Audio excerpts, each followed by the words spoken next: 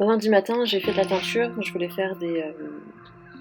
m'amuser un petit peu sur des coloris hors autorayon. Et je voulais notamment utiliser de la teinture, des restes de teinture que j'avais.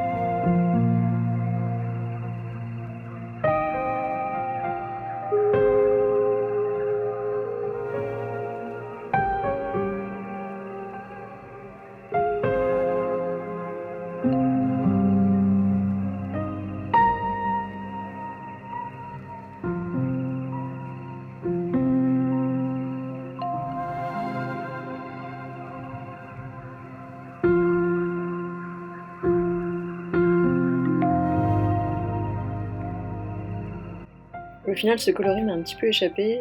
À chaque fois que j'ai rajouté de la couleur, je me suis rendu compte que j'aurais dû m'arrêter 2 étapes avant. Parfois, ça arrive. Je me suis dit que j'allais utiliser tout ce qui me restait, notamment de ce coloris orangé qui était un mauvais mélange à la base, et que j'allais voir comment la laine allait sécher. Peut-être que le résultat allait me plaire une fois sec, et au pire, je pouvais reteindre au-dessus.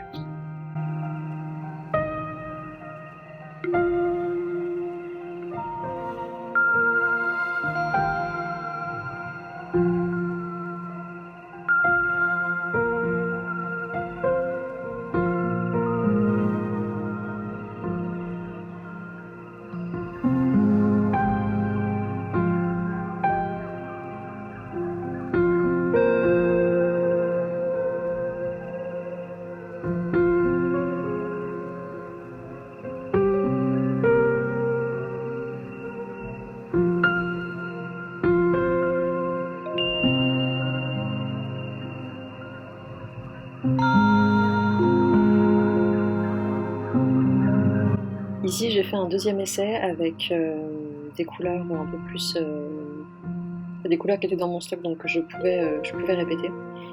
J'avais envie de voir comment je pouvais mélanger ces couleurs, donc je suis partie sur du gris, sur cette espèce de marron peut-être un petit peu doré. Là, je rajoute un coloris bordeaux assez sombre. Je vais y mettre également du noir ainsi que ce que j'appelle grège. C'est un mélange entre le gris et le beige.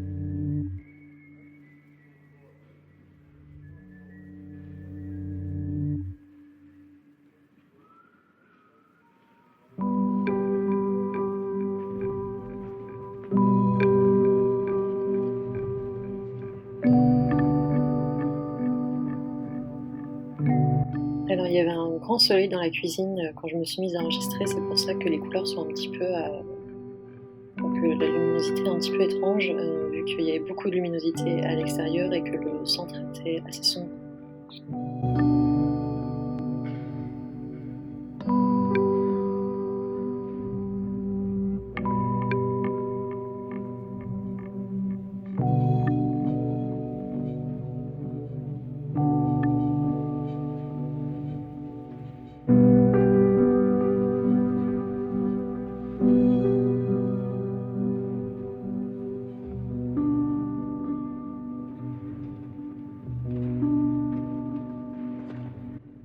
Dans l'après-midi, j'ai continué sur mon projet de filage. Alors je suis désolée que l'angle soit pas plus optimal, j'ai juste un espèce de petit trépied qui me donne pas beaucoup de choix au niveau des angles.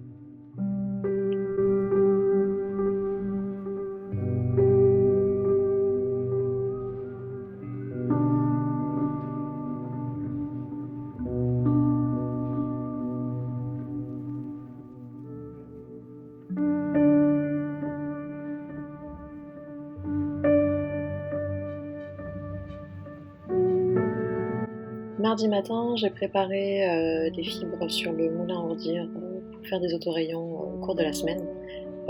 Bizarrement, j'ai eu assez de mésaventures avec mon moulin ce matin-là. Mais je vous laisse voir, je vous laisse voir de vous-même.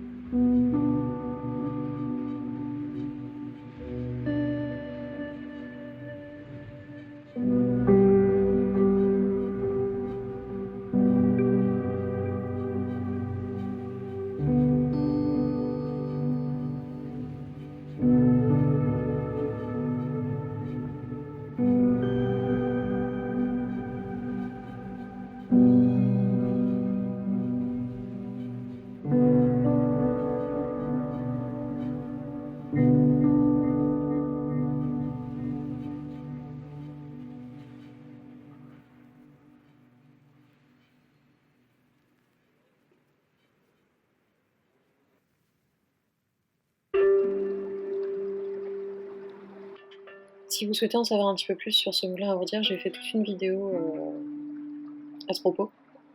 Sachant que là, j'ai essayé de filmer sous un angle différent pour essayer de vous montrer un petit peu mieux à quoi ça ressemble.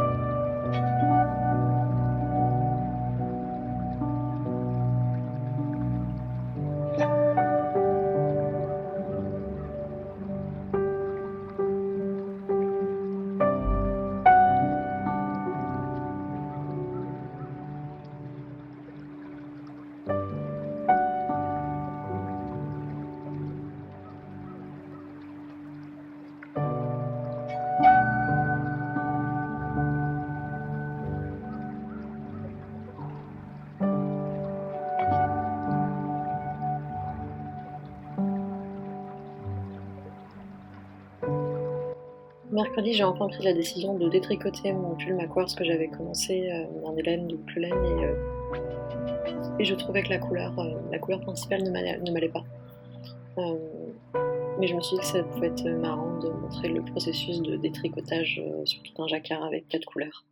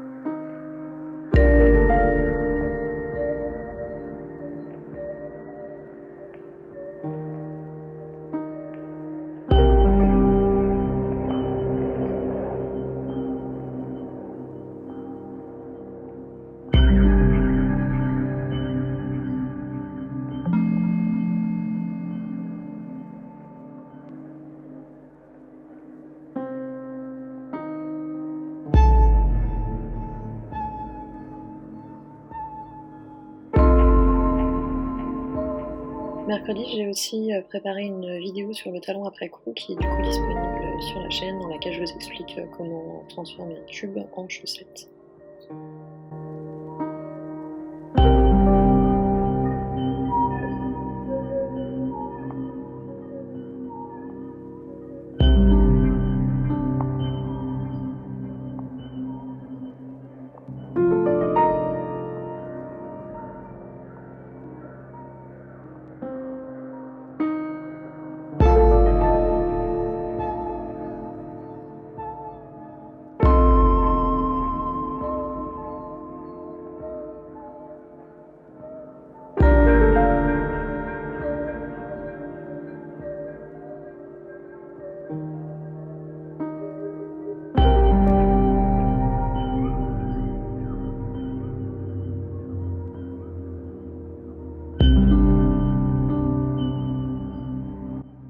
Jeudi, j'ai décidé de m'occuper des écheveaux qui avaient maintenant séché, les écheveaux que j'avais teints au cours du début de semaine.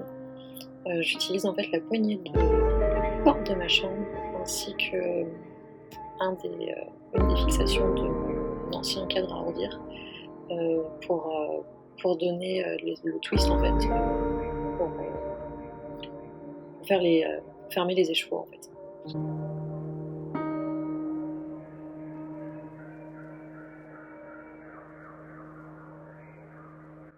Et donc ici, vous pouvez voir qu'en fait, les écheveaux que je suis en train de préparer, ce sont en fait les écheveaux de la première teinture que je vous ai montré en début de vidéo, sur lesquels j'ai rajouté un bordeaux plus foncé vu que la couleur ne me plaisait pas.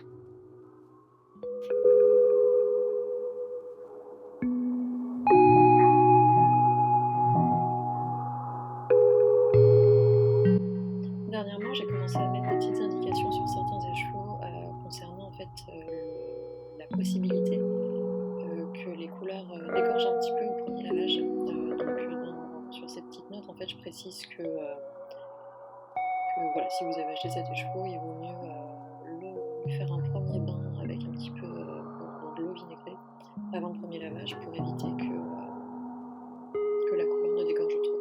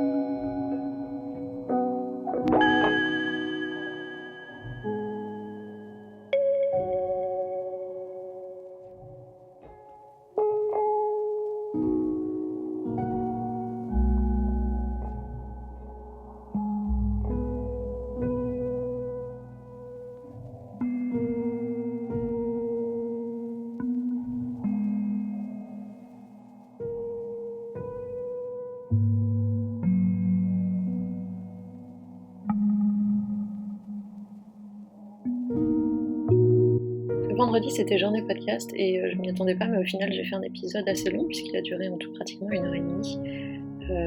Du coup, entre la préparation des notes, l'enregistrement puis le montage, j'y ai pratiquement passé ma journée.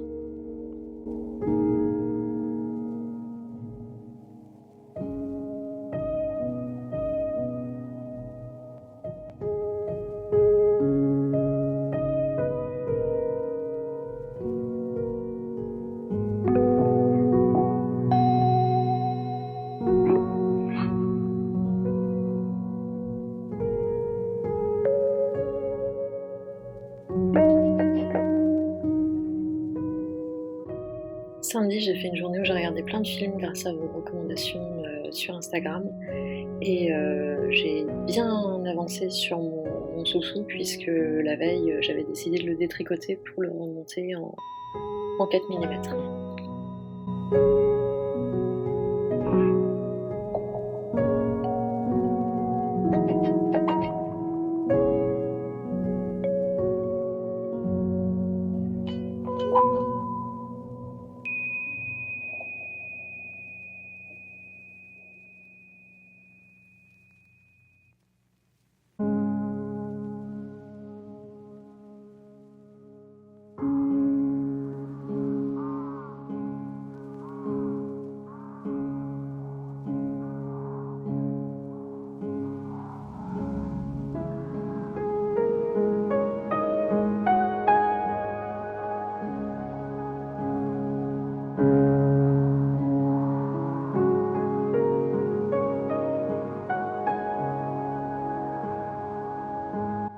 Dimanche, j'ai entrepris de mettre en écheveau les rayures que j'avais teintes dans la semaine.